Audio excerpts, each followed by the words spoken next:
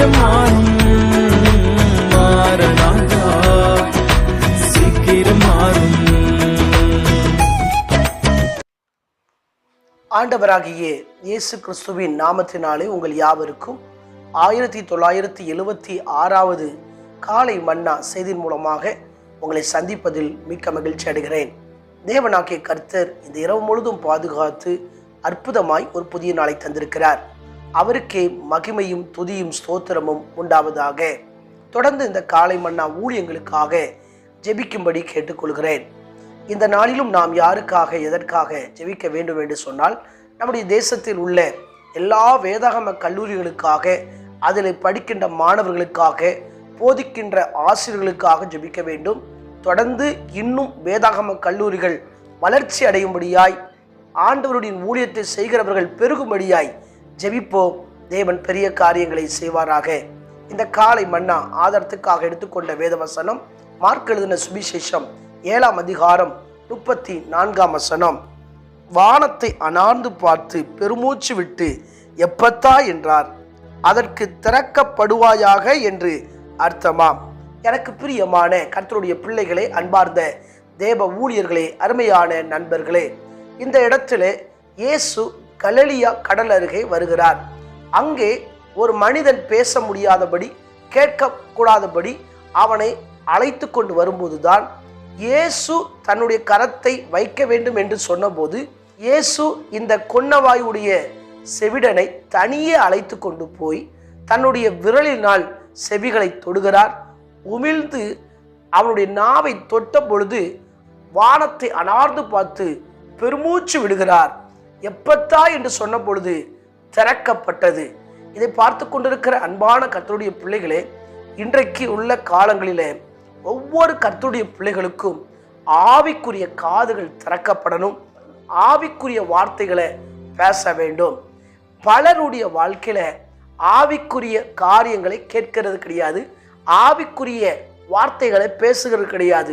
ஆனால் ஆண்டவர் எனக்கு அற்புதம் செய்ய வேண்டும், ஆண்டவர் எனக்கு அதிசயம் செய்ய வேண்டும், என் வாழ்க்கையில ஆண்டவர் அநேக செல்வங்களை தர வேண்டும் சொல்லி விரும்புகிறார்கள்.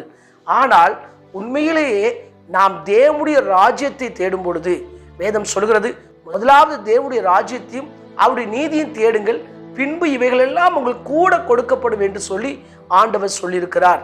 இதை பார்த்து கொண்டிருக்கிற அன்பான கர்த்தருடைய பிள்ளைகளே, நம்முடைய வாழ்க்கையில ஆவிக்குரிய காதுகள் திறந்து விட்டால் ஆண்டவருடைய வார்த்தைகளை பேச முடியும், ஆண்டவர் நம்மை கொண்டு உபயோகப்படுத்த முடியும்.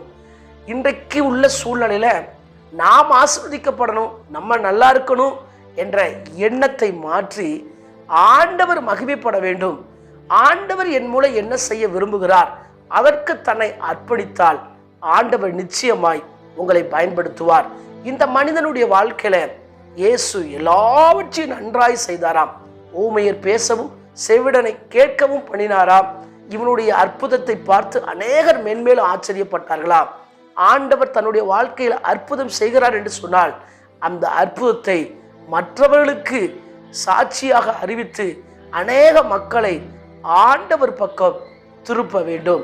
இன்னைக்கு உங்களுடைய வாழ்க்கையில ஒருவேளை சில சூழ்நிலை, சில பிரச்சனை, அப்படி ஒரு தடையா இருக்கலாம். அந்த தடைகள் மத்தியில இயேசு வந்து நிச்சயமாய் ஒரு அற்புதத்தை செய்து உங்களுக்கு திறந்த காரியத்தை, திறந்த வாசலை உங்களுக்காக உண்டு பண்ண போகிறார். விசுவாசியுங்கள். நான் ஆவிக்குரிய காதுடையவனாய் இருப்பேன், ஆண்டவருடைய வார்த்தைகளை அதிகமாய் கேட்பேன், ஆண்டவரை பற்றியே பேசுவேன், தேவையில்லாத வார்த்தைகளை பேச மாட்டேன் என்று சொல்லி தீர்மானிங்க. ஆண்டவர் நிச்சயமா உங்க வாழ்க்கையில அனைத்து வாசல்களையும் கர்த்தர் திறப்பார். அவர் நிச்சயமாய் நம்முடைய வாழ்க்கையில பெரிய காரியங்களை செய்வார். கண்களை மூடி ஜெபிப்போமா? எங்களை நேசிக்கிற நல்ல தகப்பனே, ஆசீர்வதிக்கப்பட்ட இந்த அற்புதமான இந்த வேலைக்கை வருகிறேன். தொடர்ந்து நாங்கள் கேட்ட வார்த்தையின்படி ஆண்டவரே, எங்கள் வாழ்க்கையில் எங்களுக்கு ஆவிக்குரிய காதுகள் உண்டாயிட்டு இருக்கட்டும். ஆண்டவர், நாங்கள் உங்களுடைய வார்த்தையை ஆண்டவரே நாங்கள் பேசக்கூடிய சூழ்நிலையை உருவாக்கி கொடுங்கப்பா. ஆண்டவரே ஸ்தோத்திரம். அநேகருடைய வாழ்க்கையில் காணப்படுகிற கட்டுகள் கலந்து போவதா ஜெபிக்கிறேனப்பா. இந்த மனிதனுடைய வாழ்க்கையில் நன்மையை செய்கிறேன். அதே போல எங்கள் தேசத்தில் அநேக மக்கள் ஆண்டவரை கட்டப்பட்டு ஆண்டவரை பற்றி பேச முடியாத சூழல் இருக்கிறாங்க. அவங்க வாழ்க்கையில் அற்புதம் செய்வீரா ஜெபிக்கிறேன்.